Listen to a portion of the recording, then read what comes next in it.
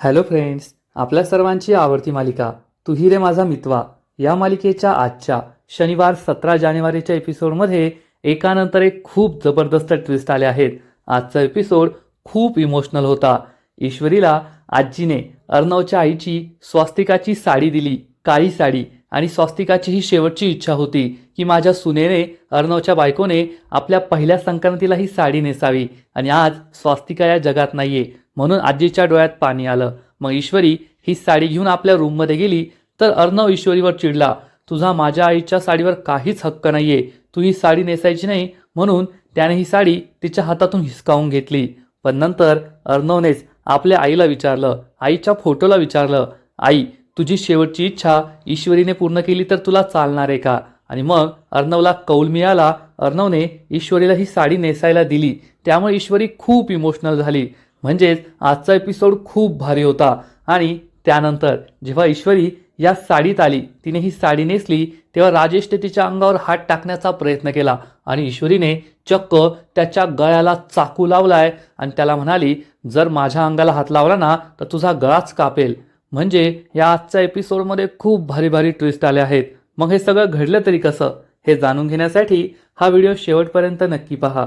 तर फ्रेंड्स, आजच्या एपिसोडच्या सुरुवातीलाच मकर संक्रांतीचा दिवस असतो. त्यामुळे ईश्वरी ही आजीला मकर संक्रांतीच्या शुभेच्छा द्यायला रूममध्ये येते. आजीचा आशीर्वाद घेते आणि हॅपी मकर संक्रांत, तुम्हाला मकर संक्रांतीच्या खूप खूप शुभेच्छा असं आजीला म्हणते. आजी तिला आशीर्वाद देते, शतायुषी हो, सुखी राहा आणि माझ्या अर्णवबरोबर सुखाचा संसार कर. त्यामुळे ईश्वरीलाही आनंद होतो. पण त्याच वेळेस आजीच्या डोळ्यात पाणी आलेलं असतं. ईश्वरी विचारते, काय झालं आजी, तुमच्या डोळ्यात पाणी का आलंय? तर आजी सांगते, कारण आज माझ्या मनावरचं, माझ्या खांद्यावरची एक खूप मोठी जबाबदारी मी पार पाडणार आहे आणि ते माझ्या मनावरचं ओझं कमी होणार आहे. ईश्वरी विचारते, कसलं ओझं? तर आजी ईश्वरीला एक काळी साडी दाखवते. ईश्वरी विचारते, ही साडी कोणाची आहे? तर आजी सांगते, ही तुझ्या सासूची साडी आहे, माझ्या मुलीची स्वास्तिकाची साडी आहे. जेव्हा स्वास्तिका या जगात होती ना, तेव्हा तिने मला सांगितलं होतं तिच्याकडे खूप साड्या होत्या, पण ही साडी ती कधीच वापरत नव्हती. मी तिला विचारलं, स्वास्तिका तुझ्याकडे एवढ्या काळ्या साड्यात, मग तू ही साडी का नाही वापरत आणि एवढी जपून काय ठेवली आहे? तेव्हा स्वास्तिकाने मला सांगितलं होतं, आई ही माझी इच्छा आहे की जेव्हा अर्णवचं लग्न होईल आणि त्याची बायको या घरातील, माझी सून या घरातील, तेव्हा त्यांच्या पहिल्या संक्रांतीला तिने ही काळी साडी नेसावी. आणि जर मी या जगात तेव्हा नसेल ना, तर तू माझी ही इच्छा पूर्ण कर, माझ्या सुनेला तू हे सांग. हे आठवून आजीच्या डोळ्यामध्ये पाणी येतं. ईश्वरी सुद्धा खूप इमोशनल होते. आजी ईश्वरीला सांगते, माझी स्वास्तिका तर या जगात नाहीये, अर्ध्यातच ती हे जग सोडून गेली, आपल्या सर्वांना सोडून गेली. पण तिची ही शेवटची इच्छा मला पूर्ण करायची आहे. आज तुझं आणि अर्णवचं लग्न झालेलं आहे, ही तुमची पहिली संक्रांत आहे. तू ही साडी नेस आणि माझ्या स्वास्तिकाची शेवटची इच्छा पूर्ण कर, तेवढंच तिच्या आत्म्याला शांती मिळेल. असं म्हणून आजी रडू लागते. ईश्वरीला सुद्धा खूप वाईट वाटतं, तिच्याही डोळ्यात पाणी येतं. ईश्वरी आजीचा हात हातात घेते आणि म्हणते, आजी काळजी करू नका, मी आईंची ही शेवटची इच्छा नक्की पूर्ण करणार. आणि ती ही साडी घेऊन आपल्या रूममध्ये येते. ईश्वरी या साडीकडे पाहत असते, खूप प्रेमाने पाहते. तेव्हा तिला आठवतं की आजीने तिला काय सांगितलंय, की ही साडी नेसावी अशी अर्णवच्या आईची, स्वास्तिकाची शेवटची इच्छा होती. ईश्वरी म्हणते, आई तुमची ही शेवटची इच्छा मी नक्की पूर्ण करणार. ती या साडीकडे पाहते. त्याच वेळेस अर्णव तेथे येतो आणि रागारागाने ईश्वरीच्या हातातून ही साडी घेतो आणि ईश्वरीला जाब विचारतो, ही माझ्या आईची साडी आहे का? ईश्वरी सांगते, हो ही आईचीच साडी आहे. तर अर्णव चिडून म्हणतो, मग तुझी हिंमत कशी झाली माझ्या आईच्या साडीला हात लावण्याची? तुझी ती लायकी नाहीये, तू माझ्या आईच्या साडीला हात लावायचा नाही. ईश्वरी खूप दुःखी होते आणि अर्णवला सांगते, अर्णव सर ही आजीने मला दिली आहे आणि अशी तुमच्या आईची शेवटची इच्छा होती की त्यांच्या सुनेने पहिल्या संक्रांतीला ही काळी साडी नेसावी. अर्णव चिडून म्हणतो, व्हॉट रबीश, माझ्या आईची ही इच्छा असेल, पण माझ्या आईला तेव्हा माहीत नव्हतं ना की माझ्या आईला ज्या व्यक्तीमुळे जीव द्यावा लागला त्या बाईची मुलगीच तिची सून म्हणून या घरात येणार आहे. तुझ्या आईने आणि तू मला आणि माझ्या आईला जेवढं फसवलंय ना, त्यानंतर तुला हा हक्क नाहीये या साडीला नेसायचा किंवा या साडीला हात सुद्धा लावायचा. बिलकुल या साडीला हात लावायचा नाही. तेव्हा ईश्वरी अर्णवला समजवण्याचा प्रयत्न करते, अर्णव सर असं काही नाहीये, माझ्या आईने काहीच चुकीचं केलं नाहीये. जे काही झालं त्यात माझ्या आईची चूक नाहीये आणि मी सुद्धा तुम्हाला फसवत नाहीये. ही तुमच्या आईच्या शेवटची इच्छा होती की ही साडी मी नेसावी. तर अर्णव म्हणतो, बस झालं इमोशनल ब्लॅकमेल करणं. मला माहिती आहे तुझी आई कशी आहे आणि तू कशी आहे. ही साडी तू बिलकुल नेसायची नाही. तुला तो हक्कच नाहीये. ईश्वरी खूप दुःखी होते. अर्णव रागारागाने ही साडी कपाटात ठेवून देतो आणि लॉक करून घेतो आणि ईश्वरीला वॉर्निंग देतो, ही जी तुझी नाटके आहे ना, मला रिव्हर्स गिल्ट द्यायचा, म्हणजे ज्या साडीवर तुझा हक्कच नाहीये आणि तुझी मनातून इच्छा नाहीये, पण तू मला असं दाखवतेस की ही साडी नेसताना आली म्हणून तुला खूप दुःख झालंय किंवा माझ्या आईबद्दल तुला खूप आदर आहे, तिची शेवटची इच्छा पूर्ण कर, तुझी इच्छा आहे, ही नाटकं बंद कर. मला त्याने काहीच फरक पडत नाही. आणि अर्णव हा त्याच्या खुर्चीवर जाऊन बसतो. ईश्वरी खूप दुःखी होते आणि विचार करते, अर्णव सर, मला तुमच्या आईची शेवटची इच्छा पूर्ण करण्याची खूप इच्छा होती, पण तुम्हीच मला ते करू देत नाही आहात. तुम्ही खूप मोठी चूक करताय. ईश्वरी खूप दुःखी होते. तर इकडे नम्रता ही ईश्वरीच्या घरी हरी कुंकवाला जायचं म्हणून काळ्या रंगाचा ड्रेस घालते आणि रेडी होते. ती आईला विचारते, आई कसा दिसतोय हा ड्रेस? तर आई सांगते, खूप छान दिसतोय आणि तू सुद्धा सुंदर दिसतीये, पण एक लक्षात ठेव, तेथे गेली की जास्त बोलायचं नाही कोणाशी, आपलं काम करायचं आणि घरी परत निघून यायचं. जास्त बडबड करू नको. अर्णवने जेवढं विचारलं तेवढंच बोल, त्याच्याशी जास्त चर्चा करू नको. त्याने येथे काही बद्दल विचारलं तर त्याची नीट उत्तर दे आणि लवकर घरी ये. नम्रताला आश्चर्यच वाटतं आणि ती विचारते, आई काय झालंय? आजपर्यंत मी एवढ्या वेळेस अर्णव सरांच्या घरी जायचे, पण तू मला कधीच अशा सूचना दिल्या नाही, पण आज तू मला एवढं सांगते. मला कळतंय काहीतरी टेन्शन आहे, तुझं काहीतरी बिनसलंय. तुझा अर्णव सर किंवा त्यांच्या घरच्यांवर राग आहे का? काय झालंय सांग ना मला. तेव्हा सुप्रिया सांगते, मी तुला सगळं सांगेल, पण आता योग्य वेळ नाहीये. तुला आता मी जेवढं सांगितलंय ना तेवढंच कर. तर नम्रता म्हणते, नाही आई, असं नाही, तू मला आत्ताच सांग, तू असं का वागतेस? मी तुझी मोठी मुलगी आहे ना, आणि तू मला काहीच सांगत नाही. तू मला त्या लायकीची समजत नाही का की तू मला काही सांगितलं आणि मला ते कळणार नाही किंवा मी ते मनात ठेवणार नाही. प्लीज मला सांग काय चाललंय. आणि तू खोटं बोललीस. काल अंजलीताई तुला आमंत्रण द्यायला आल्या तेव्हा तू म्हणालीस की मला बाबांना घेऊन हॉस्पिटलला जायचंय, पण आज तुझी अशी कोणतीच अपॉइंटमेंट नव्हती, तुला बाबांना घेऊन हॉस्पिटलमध्ये जायचं नव्हतं. याचा अर्थ तू खोटं बोलली आणि त्यांच्या घरी जाणं टाळलं. असं नेमकं काय घडलंय की तू असं वागतीये? तेव्हा सुप्रिया ही नम्रताला समजावून सांगते, नम्रता, लहान मुलासारखं हट्ट करू नकोस. जेव्हा योग्य वेळ येईल ना मी तुला सगळं सांगेल. ही योग्य वेळ नाहीये. तू फक्त आता तुला जेवढं सांगितलंय ना तेवढं कर आणि लवकर घरी परत ये. असं म्हणून सुप्रिया तेथून जाते. नम्रताला प्रश्न पडतो की सुप्रिया अशी का वागतीये? ती मला सत्य का सांगत नाहीये? मी लवकरच हे सगळं सत्य शोधून काढणार आणि माझ्या आईची मदत करणार, असा विचार नम्रता करते आणि ईश्वरीच्या घरी जायला निघते. थोड्या वेळानंतर अर्णवच्या घरी आजी आणि अंजली उभ्या असतात. अंजलीने काळ्या रंगाची साडी नेसलेली असते, तेवढ्यात ईश्वरी वेगळ्या रंगाची साडी तेथे नेसून येते. हे पाहून आजीला आश्चर्य वाटतं. अंजली विचारते, काय ग ईश्वरी, तू काळ्या रंगाची साडी का नाही नेसलीये? ही साडी का नेसलीये? ईश्वरीला काय उत्तर द्यावं हेच समजत नाही. आजी मात्र तिला काहीच विचारत नाही. तेवढ्यात अर्णव तेथे येतो आणि ईश्वरीकडे रागाने पाहत असतो. ही गोष्ट आजीच्या आणि अंजलीच्या लक्षात येते. तेव्हा आजी ही अर्णवला म्हणते, अर्णव, तुझ्यात आणि ईश्वरीत काय घडलंय ते मला माहीत नाहीये आणि मी तुमच्या भांडणात पडणार सुद्धा नाहीये, तुम्हाला काहीच विचारणार नाही. पण ती साडी मी ईश्वरीला दिली होती. तुझ्या आईची शेवटची इच्छा होती की ईश्वरीने, तिच्या सुनेने पहिल्या संक्रांतीला ती साडी नेसावी आणि जर ईश्वरीला तू ती साडी नेसू देत नाहीये तर तू तुझ्या आईची शेवटची इच्छा पूर्ण होऊ देत नाहीये, हे लक्षात ठेव. हे ऐकून अर्णवला मोठा धक्काच बसतो. ईश्वरी अर्णवकडे पाहत असते, अर्णव सर, तुम्ही खूप मोठी चूक करताय. तुम्ही जे करताय ना तेच चुकीचं आहे.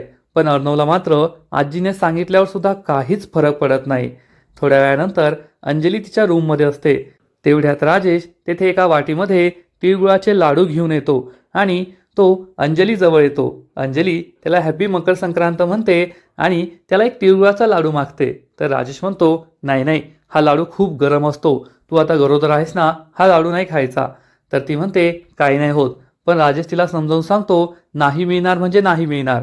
त्यानंतर अंजली त्याच्या पाया पडून आशीर्वाद घेऊ लागते. तर राजेश तिला ते करण्यापासून सुद्धा थांबवतो आणि म्हणतो, वाकू नकोस, बाळाला त्रास होईल. अंजली म्हणते, अहो काही नाही होत.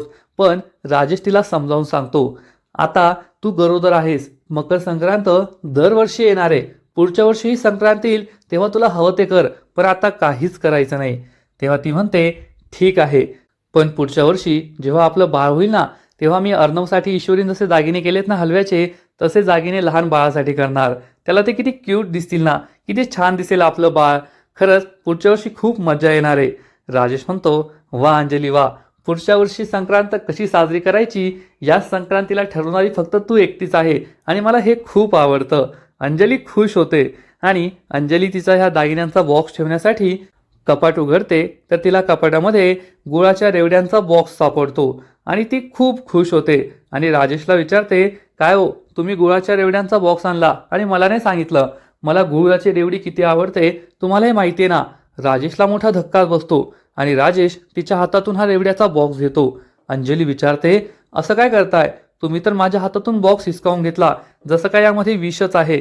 तर राजेश म्हणतो हो विषच आहे. अंजलीला जबर धक्काच बसतो. ती विचारते हे काय बोलताय तुम्ही. तर राजेश सांगतो बाईसाहेब हे एक्सपायर आहे, एक्सपायर झालाय तो बॉक्स म्हणजे विषच आहे ना. घरातील कुणीही खाल्लं तर त्याला त्रास होईल. मी गुळाच्या रेवड्यांची ऑर्डर दिली आहे, थोड्या वेळात त्या रेवड्या येतील, मग मन भरून खा, पण हे नको खाऊ. अंजली म्हणते ठीक आहे आणि अंजली तेथून निघून जाते. राजेश या बॉक्सकडे पाहतो आणि म्हणतो ए बावड बायको, हा बॉक्स तुझ्यासाठी नाहीये तर माझ्या इंदोरी जिलेबीसाठी आहे, कारण या गुळाच्या रेवड्यांमध्ये मी भांग मिसळली आहे, भांग, आणि आज मी ईश्वरीला ते खाऊ घालणार आणि त्यानंतर माझी इंदोरी जिलेबी फक्त माझीच असेल. असा विचार करून राजेश त्याचं राक्षसी हास्य समोर आणतो, एकदम किळसवानं. तर इकडे अर्णव त्याच्या रूममध्ये असतो, खूप टेन्शनमध्ये असतो. तेवढ्यात ईश्वरी तेथे येते आणि अर्णवकडे रागारागाने पाहू लागते. या अर्णवने मला साडी नेसून दिली नाही म्हणून ती चिडलेली असते. अर्णव तिच्याकडे वळून पाहतो आणि म्हणतो माझ्याकडे रागारागाने पाहू नको, जे काही झाले ना त्यात माझी चूक नाहीये, तुझीच ती लायकी नाहीये माझ्या आईची साडी नेसण्याची आणि तिची शेवटची इच्छा पूर्ण करण्याची, त्यामुळे उगाचच मला दोष देऊ नको. तर ईश्वरी म्हणते सर, ती साडी नेसण्याची माझी इच्छा नव्हती, तर तुमच्या आईची शेवटची इच्छा होती आणि तुमच्यामुळे ती इच्छा पूर्ण होत नाहीये हे लक्षात ठेवा.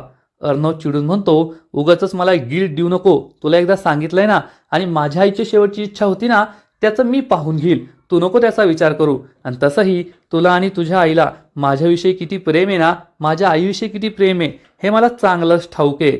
आता तू ती साडी का नाही नेसली याचं उत्तर तू आजीला द्यायचं. तर ईश्वरी चिडून म्हणते मी का उत्तर देईल, मी तर साडी नेसायला तयार आहे, तुम्ही मला ती साडी नेसू देत नाही आहात, त्यामुळे आजी जे काही विचारेल ना त्याचं उत्तर तुम्ही द्यायचं, तुम्ही तिच्या प्रश्नांची उत्तरं द्यायची. असं म्हणून ईश्वरी ही वॉशरूममध्ये निघून जाते.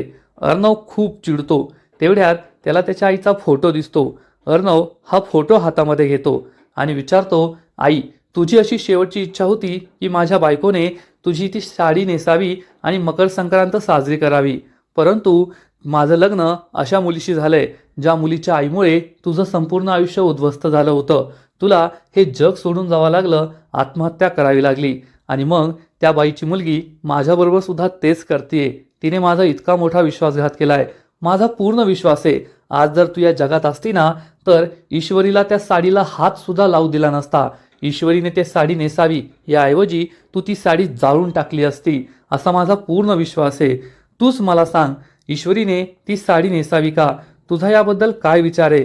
तूच मला सांग आई, ईश्वरीला मी ती साडी नेसू देऊ का? मी काही चुकीचं तर करत नाहीये ना, असं तो आईच्या फोटोला विचारतो. तेवढ्यात अर्णवला आठवतं की जेव्हा घरामध्ये श्री दत्तगुरूंची पालखी आली होती तेव्हा गुरुजी आले होते आणि गुरुजींनी सांगितलं होतं की ईश्वरी ही अर्णवसाठी योग्य जोडीदार आहे आणि ती या कुटुंबाचं कल्याण करणार आहे. मग गुरुजी असं का म्हटले होते हे त्याला आठवतं. काही दिवसांपूर्वी जेव्हा देवीचा मळवट भरायचा होता आणि ईश्वरीने हा मळवट भरू की नाही यासाठी अंजलीने सात्विकाला कौल विचारला होता की आई, जर तुझी अशी इच्छा असेल की ईश्वरीने देवीचा मळवट भरावा तर तुझ्या डोक्यावर जे फूल आहे ना ते खाली पाडून आम्हाला कौल दे. आणि आईने तेव्हा कौल दिला होता. तिच्या फोटोवरील हे फूल खाली पडलं होतं हे अर्णवला आठवतं आणि अर्णव आईच्या फोटोला म्हणतो आई, मला काहीच कळत नाहीये, तुझी शेवटची इच्छा मी कशी पूर्ण करू? ईश्वरीला ती साडी नेसू देऊ की नाही? आता तूच मला कौल दे आणि तूच मला सांग की ईश्वरीला ती साडी नेसू देऊ की नाही. असं म्हणून तो आईला कौल विचारतो. तेवढ्यात ईश्वरी तेथे येते. तिने हे सगळं ऐकलेलं असतं आणि ती अर्णवला म्हणते, नाही अर्णव सर, तुम्ही आईला काही नका विचारू, त्यांना धर्मसंकटात नका टाकू. मी नाही ती साडी नेसणार आणि जर आजीने मला विचारलं ना तर मी त्यांना माझं उत्तर देईल. तुम्हाला कुणी काही विचारणार नाही, कुणी काही दोष देणार नाही. असं म्हणून ईश्वरी खूप दुःखी होते आणि रूम बाहेर जाऊ लागते. तेवढ्यात अर्णव तिला थांबवतो. तो कपाटातून ही साडी काढतो आणि ईश्वरीच्या हातामध्ये देतो. ईश्वरीला जबर धक्काच बसतो. अर्णव ईश्वरीला म्हणतो, ही साडी मी तुला देतोय, ही साडी नेस, पण तुझ्या आनंदासाठी नाही तर माझ्या आईसाठी, तिच्या शेवटच्या इच्छेसाठी. माझ्या आईची शेवटची इच्छा होती म्हणून ही साडी नेस आणि खाली ये. असं म्हणून अर्णव हा रूम बाहेर पडतो. ईश्वरीला खूप आनंद होतो आणि ईश्वरी या साडीला आपल्या छातीशी कवटाळते आणि या साडीकडे पाहून ढसाढसा रडू लागते आणि म्हणते, शेवटी माझ्या प्रेमाचा विजय झाला. आईची शेवटची इच्छा सुद्धा पूर्ण होणार आणि अर्णव सरांचे सगळे गैरसमज मी हळूहळू दूर करणारच, असा विचार करून ईश्वरी खूप खुश होते. तर फ्रेंड्स, एकूणच आजचा एपिसोड खरंच खूप भारी होता, खूप इमोशनल होता. आधी आजीच्या डोळ्यात पाणी आलं. आपल्या सात्विकाची शेवटची इच्छा पूर्ण करायचं तिने ठरवलं आणि ईश्वरीला सात्विकाची ही काळी साडी दिली. मग ईश्वरीने सुद्धा ही साडी नेसायचं ठरवलं, पण अर्णवचा जो काही गैरसमज झालाय त्यामुळे अर्णवने ही साडी ईश्वरीकडून हिरावून घेतली आणि ही साडी नेसू नको असं तो ईश्वरीला म्हणाला. त्यामुळे ईश्वरी खूप दुःखी झाली. पण शेवटी सात्विकानेच अर्णवला अक्कल दिली आहे आणि अर्णव ईश्वरीला ही साडी द्यायला तयार झालाय. आता ही ईश्वरी साडी नेसणार आणि खूप छान दिसणार. आपल्या सासूची, अर्णवच्या आईची शेवटची इच्छा ती पूर्ण करणार आहे. त्यामुळे आजचा एपिसोड खूपच भारी होता. आजचा एपिसोड तर भारी होता, पण या मालिकेचा पुढील एपिसोड आणखीन भारी असणार आहे. आणखीन मोठा ट्विस्ट या मालिकेत येणार आहे. मग नेमकं घडणार तरी काय? तर फ्रेंड्स, पुढील एपिसोडमध्ये आपण पाहू की ईश्वरी सात्विकाची ही साडी नेसून येणार आणि सगळेजण तिच्याकडे एकटक पाहतच राहतील आणि राजेश पुन्हा एकदा ईश्वरीचा फायदा उचलणार.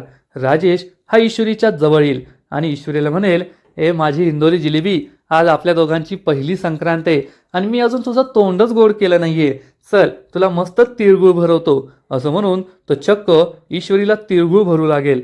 ईश्वरीला खूप राग येईल आणि ती म्हणेल, ए नालायक माणसा, हो माझ्या वाटेतून दूर, तुझी लायकी नाहीये मला तिळगुळ भरवण्याची, निघ इथून. राजेशला खूप राग येईल आणि राजेश चक्क ईश्वरीचा रस्ता अडवणार. ती पुढे जात असेल तर आपला हात पुढे करणार, तिला अडवणार. ईश्वरी खूप चिडेल आणि चक्क राजेशच्या गळ्यावर चाकू ठेवणार, सुरा ठेवणार आणि म्हणेल, आता खाऊ घाल मला तिळगुळ, तुझा गळाच चिरते, मग तुला कळेल की तिळगुळ कसा खाऊ घालतात ते. ईश्वरीचा हा रुद्रावतार पाहून राजेश चांगलाच घाबरणार, कारण ईश्वरीच्या हातात चाकू आहे आणि ईश्वरी काहीही करू शकते हे त्याला चांगलंच माहिती आहे. त्यामुळे तो ईश्वरीची वाट सोडणार आणि मग त्यानंतर घरातील सगळेजण एकत्र येतील. अर्णव घरातील सगळ्यांना तिळगुळ वाटत असेल. तो नम्रताच्या हातामध्ये तिळगुळ ठेवणार, पण ईश्वरीला तिळगुळ देणारच नाही. तो तेथून पुढे जात असेल. ईश्वरी त्याला म्हणणार, सर तुम्ही मला तिळगुळ नाही दिला, माझा हक्क आहे तो, तुमची बायको आहे मी, आज तुम्ही संक्रांतीच्या दिवशी माझं तोंड गोड करणार नाही का? अर्णवचा नाईलाज होईल आणि तो ईश्वरीला तिळगुळ देऊ लागेल. तेव्हा मामा त्याला थांबवणार आणि म्हणणार, हे अर्णव थांब, तू आज ईश्वरीला तिळगुळ देतोय, तुमची पहिली संक्रांत आहे, एक लक्षात ठेव, जर तू आज ईश्वरीला तिळगुळ देणार असशील ना तर मग आयुष्यभर तुला तिच्याशी गोड गोड बोलावं लागेल आणि ते अवघडे बुवा, तुला ईश्वरीशी आयुष्यभर गोड गोड बोलता येणार आहे का? आणि हे ऐकून अर्णवला प्रश्न पडेल, खरंच मी ईश्वरीशी आयुष्यभर गोड गोड बोलू शकेल का? तो ईश्वरीकडे पाहणार, ईश्वरी त्याच्याकडे पाहत असणार. या दोघांची नजरानजर होईल आणि अर्णव ईश्वरीच्या हातामध्ये हा तिळगुळ देणार. म्हणजेच अर्णवने हे मान्य केलंय की तो आता आयुष्यभर ईश्वरीशी गोड गोड बोलायला तयार आहे. एकूणच अर्णवचा हा गैरसमज झालाय की ईश्वरीच्या आईमुळेच त्याच्या आईने आत्महत्या केली आहे. पण यामध्ये ईश्वरीचा काय दोष आहे हे सुद्धा अर्णवला कळायला पाहिजे. आणि कुठेतरी अर्णव ईश्वरीवर खूप प्रेम करतो, त्याचं ईश्वरीवर खूप प्रेम आहे. त्यामुळे तो ईश्वरीला त्रास देऊ शकत नाही, तो ईश्वरीला जास्त दिवस तिच्यावर रागवू शकत नाही, एवढं मात्र नक्की. आणि यातूनच या दोघांचं प्रेम दिसून येत आहे. म्हणूनच अर्णवने ईश्वरीला हा तिळगुळाचा लाडू दिलाय आणि ईश्वरी सुद्धा हा लाडू खाणार आहे. दोघे एकमेकांना लाडू भरवतील आणि खूप आनंदात ही मकर संक्रांत साजरी करतील, एवढं मात्र नक्की. तर फ्रेंड्स, तुम्हाला सुद्धा तू ही रे माझा मितवा ही मालिका आवडते ना? खरं सांगायचं तर या मालिकेची एकच USP आहे आणि ती म्हणजे अर्णव आणि ईश्वरीची जोडी. या दोघांची जोडी खरंच खूप सुंदर, खूप क्यूट आहे. कदाचित मराठी मालिकांमधील सगळ्यात सुंदर जोडी यांची. दोघे एकमेकांबरोबर अगदी छान दिसतात, खूप छान दिसतात. आणि या मालिकेत जे एकानंतर जे ट्विस्ट येत आहे ना, ते पाहायला सुद्धा खूप मजा येते. ईश्वरी आणि अर्णवचं लग्न तर झालंय, पण आता ईश्वरी आणि अर्णव हे दोघांवर एकमेकांवर प्रेम सुद्धा करू लागलेत. पण प्रेमाची त्यांनी अजून कबुलीच दिली नाहीये. माझं तुझ्यावर प्रेम आहे असंच दोघे सांगत नाहीये. आणि ते एकमेकांना सांगणार होते, पण त्यात मामीने खूप मोठा ट्विस्ट त्यांच्या आयुष्यात आणलाय. ईश्वरीच्या आईचं आणि अर्णवच्या बाबांचं सत्य समोर आल्यामुळे या दोघांमध्ये खूप मोठे गैरसमज झालेत आणि त्यातूनच दोघेही एकमेकांवर चिडलेत. आणि यात लवकरच ईश्वरी अर्णवचा राग घालवेल एवढं मात्र नक्की. तर तुम्हाला सुद्धा ही मालिका आवडते ना? अर्णव आणि ईश्वरीची जोडी आवडते ना? नक्कीच कमेंट करून सांगा. आणि तू ही रे माझा मितवा या मालिकेचे असेच नवीन नवीन अपडेट्स सर्वात आधी जाणून घेण्यासाठी व्हिडिओला लाईक करा, शेअर करा, चॅनलला सबस्क्राईब करून बेल आयकॉनवर क्लिक करा. म्हणजे या मालिकेचे नवीन नवीन एपिसोड तुम्हाला सर्वात आधी पाहायला मिळतील. खूप खूप खूप धन्यवाद.